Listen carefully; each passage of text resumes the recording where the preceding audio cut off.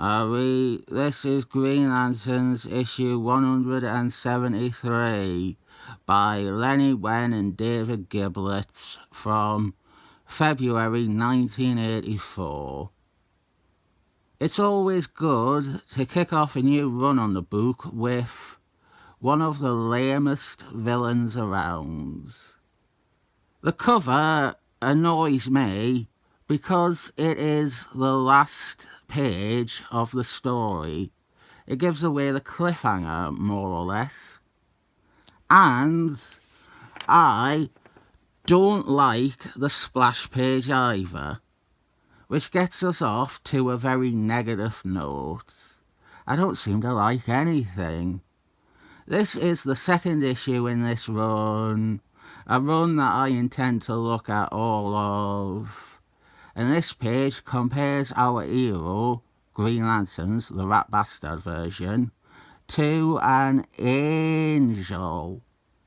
He is like an angel descended from the heavens above, who has come to earth to save us lowly humans from our own sins and failures. This angel will later try to destroy the universe to rebuild a better one in its place. Absolute saint. We have Rat Bastard. He stops a drunk driver from having a car crash.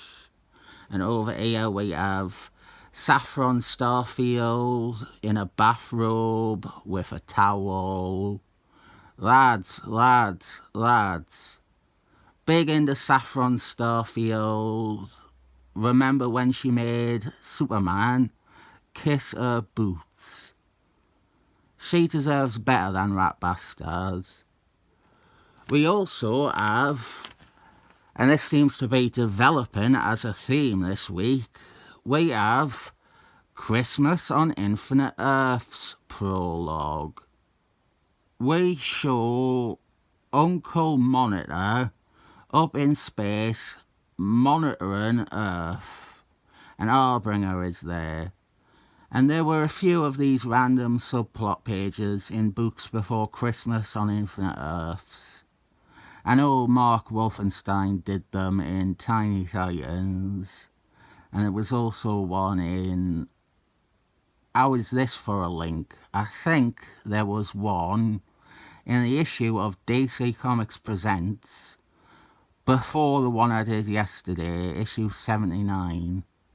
One of my subscribers, A Pilgrim, he likes to try and find a theme or a link between videos when I am mostly just reading whatever I feel like, unless I say I am doing a week of whatever comics. When it comes to Christmas on Infinite Earths, these teasers are fucking rubbish because they don't even really match Uncle Monitor or anything about his part in Christmas on Infinite Earths. They had a name and the idea he was in space, watching Earth. That's all they really had. His motivations or goals were nowhere to be seen in these set-up subplot pages. But if I remember, I think we see him one or two more times in Green Lanterns before we get to Christmas on Infinite Earths. We are still a year and a half before that crossover. There was some forethought and planning, but not in the way you would have hoped. Back on Earth, Rat Bastard and Saffron, they began to work at the airplane company, which serves as a reintroduction for readers to some of the ad supporting characters, and then some new faces created by Lenny Wein and David Gibbons, like Irish Woman and Spanish Man, with an over-the-top extra long name made up of the most stereotypical Latin American names combined. These guys, these new characters, they do not go anywhere. Even by the time that Steve Engeltine is writing the title, they are done with. And when it comes to this creative team, introducing things, here is our villain for the piece. He is called, his name, this villain's name, keep in mind he is white. His name is Spear Chucker. He chucks spears. That is his power, his gimmick. He chucks spears. You can see him doing it on this page. There is no racial aspect to the character. He is just named after what he does. Some hard viewers might have been wondering if I would keep his name. If I would keep calling him Spear Chucker like I did back in 2018, or if I would be a liberal freak and regret that.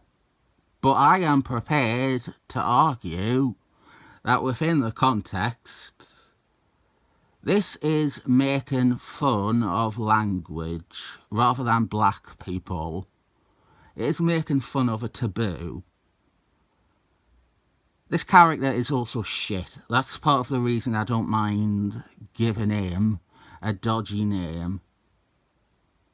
I think more people probably know the character from Suicide Squad. He has been on the Suicide Squad at least 2 notable times.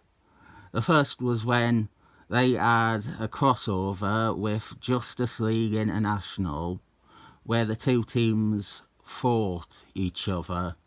He was in that. The second time was during War of the Dogs. That is getting a couple of mentions this week too, Mr. Pilgrim.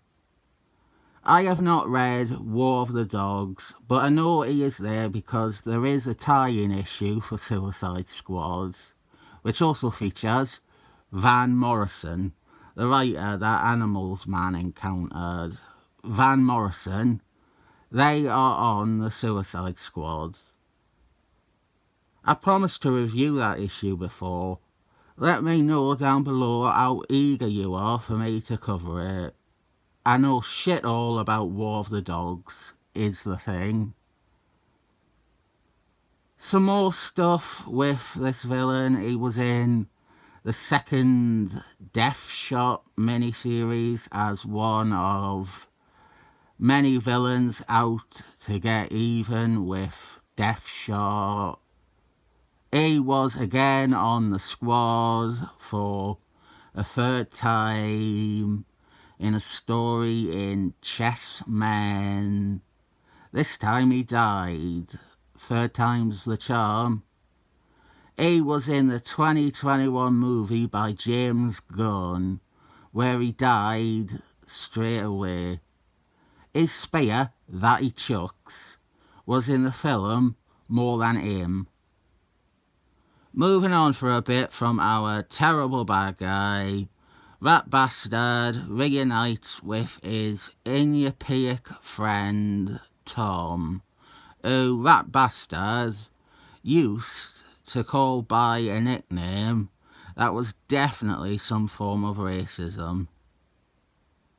Who am I to talk when I call a character the name Spear Chucker? We have Calypso, the Doctor, who is the human host of Calypso. He is there.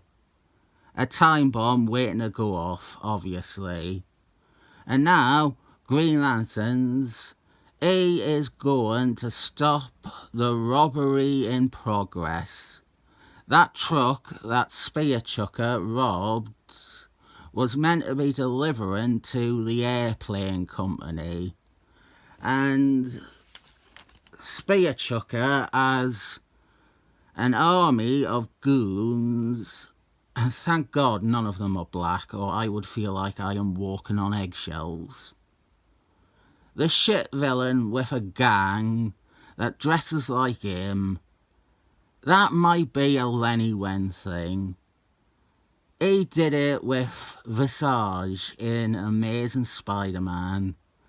That was another really bad villain in a lemon-coloured costume.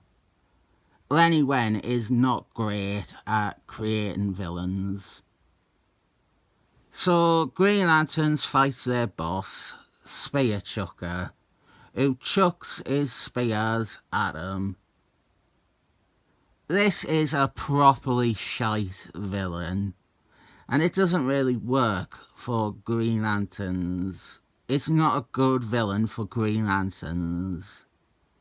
Like I said with Visage, and of many Gary Conman villains, you could take this bad guy and put him in any book and it doesn't change a thing about him. You could have him be a Batman villain. You could have him be a Superman villain. He would still be shit. But it's just a villain Lenny Wen has came up with for a story, rather than a villain that he has created with Green Lanterns or Green Lanterns' powers in mind. There is one bit that badly ties it to Green Lanterns or makes him a match for Green Lanterns. One of his spears, one of the things that he chucks, it explodes yellow liquid plastic which encases Rat Bastard. And yellow is the one weakness of his Green Lanterns' ring. This rubbish antagonist is being dragged across 2 issues. The next one doesn't even put him on the cover. They had to know they were onto a dud here. He kinda could work as a Flask villain, maybe Arrow. He works as an Arrow villain. For Green Lanterns, nah. It doesn't work. What shortens the lead story is our Tales of the Green Lanterns' Corpse backups. And this one is notable for featuring art by David Gibbons, who did the main story too. And there is no dialogue. It is a silent story. So it stands to reason that I don't need to explain this. You should be able to get everything you need from the visuals alone. I said last time, I enjoy these backups. They are great for fleshing out both the corpse and the universe. We often get a look at the far reaches of the galaxy and crazy alien races, all while giving us examples of what the other members of the Green Lanterns' Corps get up to. There is a lot of stupid stuff in this, or a lot of pointless stuff. And our villain is embarrassing. But it's not bad or anything. This is more a level of average that I find tolerable. So that means 7 thumbs up.